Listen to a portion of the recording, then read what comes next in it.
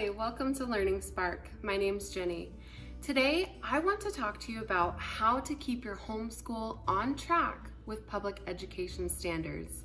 This is really important as you're transitioning your child from homeschool back into the public school environment. So it's really important to know how you're going to make that transition. Now, the easiest way to make that transition is to make sure that you are teaching them what they need to know in the homeschool environment. Now, in order to do that, you need to know what the standards are. So I like to think about the standards as like a filtration system or an upside down pyramid. So you have the biggest section, and that is the Federal Common Core Standards. These are the federal standards for education. These are put out by the United States government. And then the next level down is your state level standards. Now, how this happens is the state looks at the federal standards and they pick and choose which ones they think are the most important, and they create their own state level standards. Now, after the state level has done that, the district level also does that, so you end up with district level standards. Typically, this is where this kind of filtration system stops. However, every now and again, you'll have a public charter school that is authorized to choose their priority standards. So you may have in your school district different schools that have their own set of priority standards. Now, the reason why I mention this is because if you are trying to stay on track with public education standards, you need to know what standards you're trying to hold yourself to. So if your child is going to transition into a public charter school that has a specific set of priority standards, you need to know what those standards are and make sure that you're teaching to those in your homeschool environment. So it's really important to know all about these different types of standards and where to find them. After you understand the standards, it's important to have an assessment system. An assessment system is going to help you gauge your child's progress and determine if they've mastered a concept. So there's two different types of assessments that you can use. There's informal assessments and there's formal assessments. Informal assessment is typically an observation. There's not usually hard data that is produced with informal assessments. Now, when you do a formal assessment, your child typically takes a test or a quiz or does a project. And with that, some hard data is generated. There's typically a record of what they have mastered and a record of what they know. And that comes from them taking their formal assessment. So it's really important to know the difference between those two and to use them to your advantage depending on what you're teaching your child. The next thing that you need to do to stay on track with public education standards is to talk to your local school that you plan to transition to. Ask them what kind of transition plans they allow for.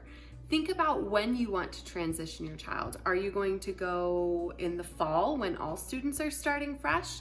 Or are you going to transition your child at a different time? All of those details are very important to discuss with the school that you plan to transition to, because they may offer some transition options that you're not aware of. They may allow your child to come every other day for the first week or so, just to get used to it. Or they may want to do a cold turkey transition where one day the child goes to public school.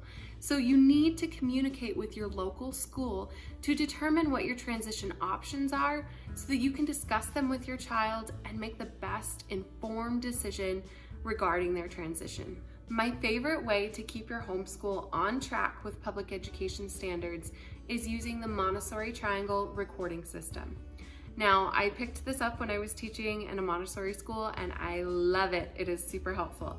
So you would make a list or you would have a grade card of all of the objectives that you want your child to master and complete, and you would record one line when your child has been taught something. You would record the second leg of the triangle when your child is practicing something.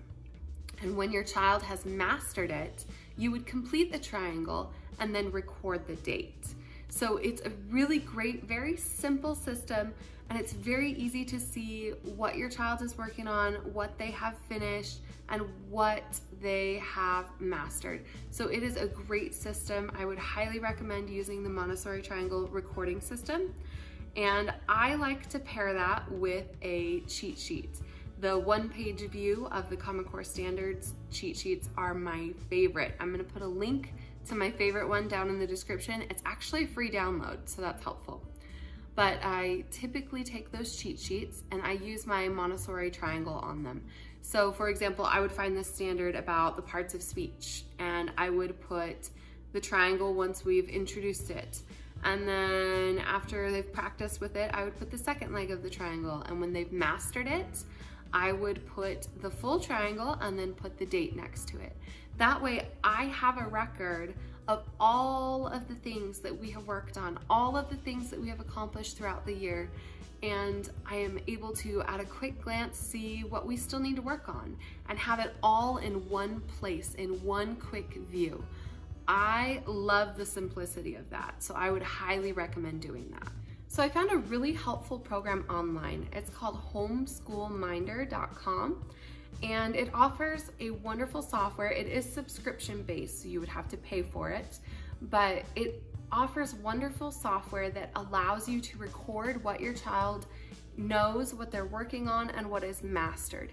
So if you would prefer not to have a hard copy system in your homeschool and you would prefer a more digital route, that is definitely a great option for you to look into. I will go ahead and put a link in the description for you so you can get to that website and check it out. Understanding how the standards are organized, knowing the difference between informal and formal assessments, talking to your school, and making sure that you keep track of the standards you've taught and that your child has mastered is going to help you stay on track with public education standards. The more you are able to do in this area, the smoother the transition back into public school is going to be for your child. So I hope that you are able to keep track of all of these things. If you are struggling, if I didn't explain something in a way that worked for you, please reach out to me in the comments here on YouTube. Feel free to find me on Facebook or on Instagram. I would love to help you. Please reach out so that I can help you.